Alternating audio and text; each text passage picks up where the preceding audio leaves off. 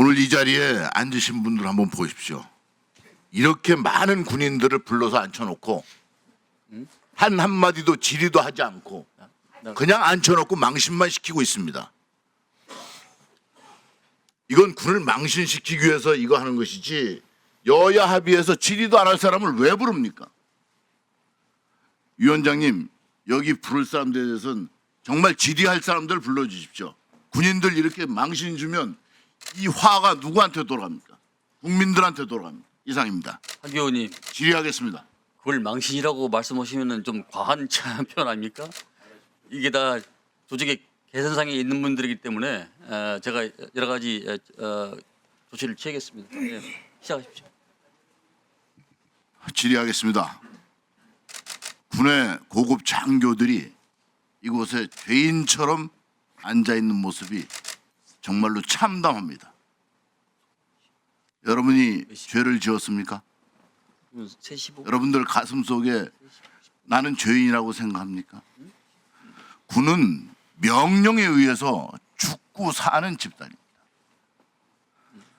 명령이 전쟁이 나서 죽을 자리라도 가라 그러면 가야 되는 거예요. 이게 군인입니다. 여러분 명령에 의해서 움직였습니다. 그러나 여러분들이 대답하는 과정에서는 어떻게 해야 되느냐? 책임은 나에게, 공은 부하에게. 이거 우리가 군복을 처음 입었을 때부터 한 얘기 아닙니까? 무슨 구구절절이 그렇게 변명이 많습니까? 여러분들이 그런다고 여러분들 재판하는데 도움을 받습니까? 군인다우십시오. 좀 군인답게 처신하십시오. 여러분들 부하가 보고 있습니다. 부당한 명령에 대해서 실제로 이것을 할 것이냐 말 것이냐. 지금 이번에 비상계엄은 가장 단시간 내에 지시가 되고 이행이 된 상황입니다. 그럼 그 짧은 시간에 이것을 받아들일 거냐 말 거냐 하는 것을 판단하기가 굉장히 어려운 상황이었어요. 그러나 명령의 우선권이 있기 때문에 따를 수밖에 없는 상황이 됐죠. 제가 방첩사에서 실제로 출동을 했으나 전부 다 대기만 하고 선거관리위원회도 들어가지 않은 것으로 알고 있습니다. 그때 뭘 했습니까? 방첩사에서는 법무장교들한테 야, 이게 합당한 거냐 물어봤죠. 이러한 실질적인 시간을 가질 수가 없었어요. 여기 육군참모총장 박한수 장군도 여기 와 있지만 박한수 장군도 법무장교한테 조언을 받을 수 있는 시간이 없었습니다. 그런 면에서 저는 굉장히 여러분들에게 대해 또 하나의 그 안타까운 면이 있습니다. 또 우리 여러분들은 우리 국민들에 대해서 최대한으로 배려를 했습니다.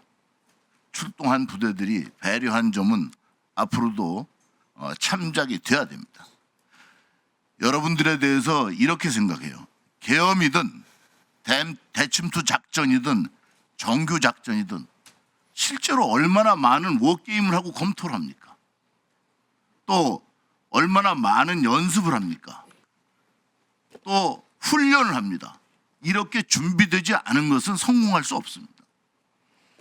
이번 과정을 보면서 처음부터 실패를 안고 시작한 겁니다. 성공할 수가 없는 거예요. 준비되지 않고 훈련되지 않고 계획을 검토하지 않은 연습되지 않은 이런 비상계엄이 어떻게 성공하겠습니까? 그래서 실제로 여러분들은 시작하기 전에 이미 실패를 태동하고 시작한 겁니다. 이제 합참 의장님이 여러 번 언급을 했습니다만 민주당에서 얘기하는 외환까지도 여기다 끌어들이려고 했다. 북풍을 기획했다. 물론 합참 의장님이 단호하게 그런 적이 없다고 얘기했죠. 실제로 북한이 오물풍선을 날리고 지금 잡은 방송을 해서 우리 전방에서 근무 쓰고 있는 병사나 접경 지역에 있는 주민들이 고통받고 있습니다. 그래도 지금 이 부분은 참고 있는 거예요. 의장님, 우리가 북한으로도 군에서 풍선을 날릴 수 있는 능력이 있죠. 예, 능력은 있지만 안 하고 있잖아요. 그죠? 이거는 실제로 북한으로 날리는 풍선들이 북한에서 이탈한 국민들이 와서 하는 것이지 군에서 직접 하는 게 아닌데 이것도 전부 다 북풍 기획이라고 얘기를 하고 있습니다. 이런 면에서 자제해야 할 부분들이 지금 과도하게 군에다가 누명을 씌우고 있어요. 여러분들이 앞으로 이 국정조사하는 과정에 그 누명을 벗어야 됩니다. 벗어야 될 의무가 있습니다. 자, 탄약도 이제 보시죠. 탄약도 일공수 특전 여단, 물론 탄약고에서 불출한 탄약 이 양에 대해서는 있지만 실제로 출동 탄약은 특임대대 간이 탄약고에 상시 보관되어 있는 탄만 갖고 와서 통합 보관시켰어요. 그렇지 않습니까? 그리고 삼공수 특전 여단도 실제로 개인 휴대한 건 공포탄만 2,200발 휴대한 거예요. 근데 마치 탄약고에서 불출한 걸 전부 다 들고 와서 비상계엄에서 사용하려고 한 것처럼 얘기를 한다. 군인들은 1차 상황에서 상황 조치할 것도 있지만 그 다음 어떤 유사시가 됐을 때 필요한 거에 대한 준비를 항상 하는 거예요. 근데 이거를 마치 여러분들에게 누명을 씌우고 있다 이거예요. 또 구공수 특전 여단도 개인 휴대는 공포탄도 개인 휴대 안 했어요. 그다음에 707도 공포탄만 780발 휴대를 했어요. 실제로 공포탄 외에는 개인 휴대한 게 없어요. 탄약고에서 불출한 것이 뭐가 그렇게 실제로 다 여기에 쓰려고 했다는 것처럼 여러분들에게 누명을 씌우고 있다는 거예요. 누명을 이번 국정조사 기간에 스스로 벗으십시오. 다 아니까 이제 모르면 얘기하겠어요? 또 이제 불출한 게 개인 휴대 안 했잖아요. 그러니까 누명을 벗으라 이거 답변을 그렇게 하래. 다 아니까 얘기하는 거예요. 왜 민 의원님은 알면서 그렇게 얘기하세요? 민 의원님은 알면서 왜 그러세요? 그래서 다시 한번 말씀합니다. 여러분들 누명을 씌우는 건 벗으십시오. 자, 더 하십시오. 끝났습니까? 자,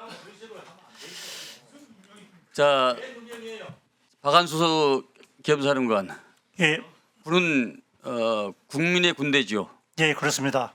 그러면은 오리오 플랫폼과 야간 투시경과 이걸 착용하고서 개머리판을 들고 국회 유리창을 깨면서 난입한 것이 국민의 군대고 정상적인 군대입니까? 그것은 아닙니다. 저는 박한수 사령관을 굉장히 존경했습니다. 그런데 12월 10일 날 하신 말씀을 보고 저기 실망을 했습니다. 앞뒤가 말이 다릅니다.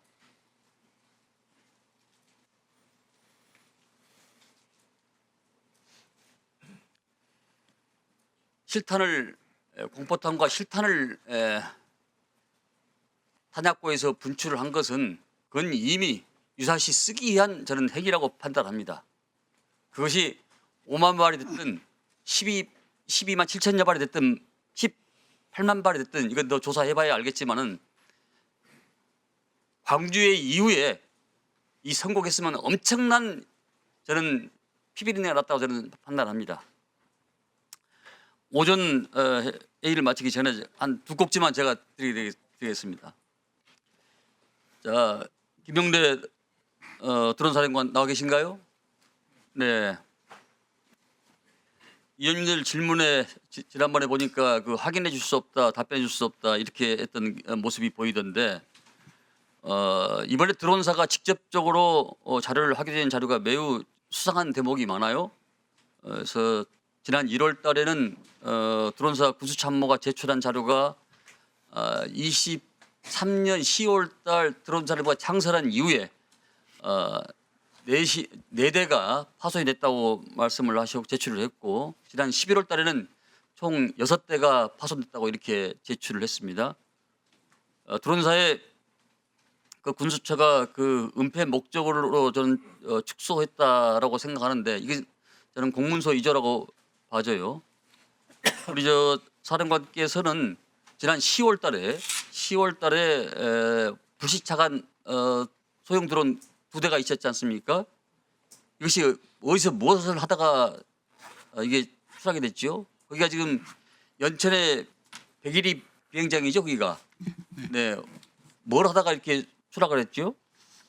지금 저희가 드론 운영할 때에 불시착하는 게 너무 많습니다. 사실은 한두 대가 아니고 불시착하는 경우가 너무 많습니다. 왜냐하면 이게 아시다시피 좀 그런데 왜 그러면 4대에서 6대를 이렇게 제출을 이렇게 허위로 했죠? 그거는 손망실 처리. 그러니까 뭐 불시착한 게 많기 때문에 불시착한 것에 대해서 정비를 합니다. 네, 정비를 하고 정비가 안 되는 것에 대해서는 손망실 처리를 해야 되지 않습니까? 네, 그것이 네 대가 있다는 겁니다. 네, 알겠습니다. 자, 박한수 조사본부장 앞으로 나오십시오. 지금 그 드론사 관련한 각종 그 내란 목적에 대한 그 외환 유치 목적에 지금 의혹이 상당히 난무하고 있습니다. 그래서 드론사의 그 정찰 유론 보유, 그다음에 손망실 그 상황에 대해서 이 현황에 대해서 현재 드론사가 지금 관여되고 있는 이런 의혹들에 대해서 좀 철저히 조사를 해서 위원장님 이제 보이시 바랍니다. 그렇게 하시겠습니까? 예, 그것은 그 국방부와 검토를 해서 감사, 감찰, 수사 그 전반적으로 검토를 해서 장관 지시를 받아서 시행할 수 있도록 하겠습니다. 그러면 우리 김선호 장관 대행님께서 군검찰 조사본부 또 감찰실 검열 대비태세 검사실 이렇게 해서 합동으로 해서 좀 보고해 주시기 바랍니다. 예, 드론사 보유하고 있는 물량에 대해서 저희가 좀 파악을 하겠습니다. 예. 또 한 가지 제가 좀 드릴 말씀이 있는데요. 우리 장관 대행께서는 본연인 이번에 그 졸지에 윤석열 비상계엄에 휘말린 일반 장병들 또한 내란의 피해자라고 생각을 합니다.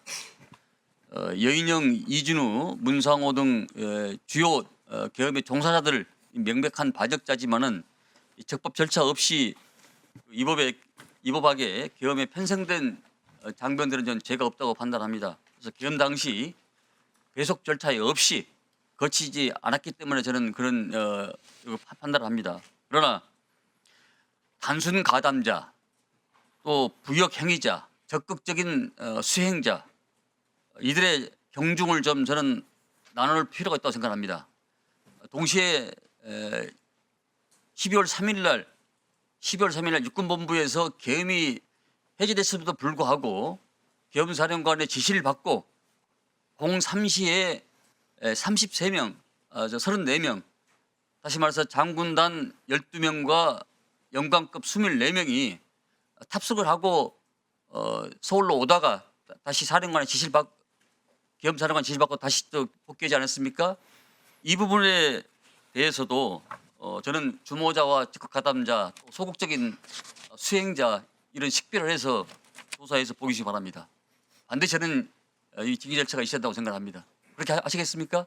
예, 말씀하신 대로 그 관련된 것에 대해서 수사와 이렇게 연계해서 저희들이 명확하게 책임지고 또 그렇지 않은 부분들 선을 잘 그어서 조치할 수 있도록 그렇게 하겠습니다. 저는 그날 밤에 말이죠. 그 어려운 여건 속에서도 오리오 플랫폼을 갖춰주고 했는데 불구하고 야간 투시경까지 쓰고 왔다는 것은 단전단수를 전제를 하고 오는 겁니다. 그 모습을 본 저 마음은 어떻겠습니까?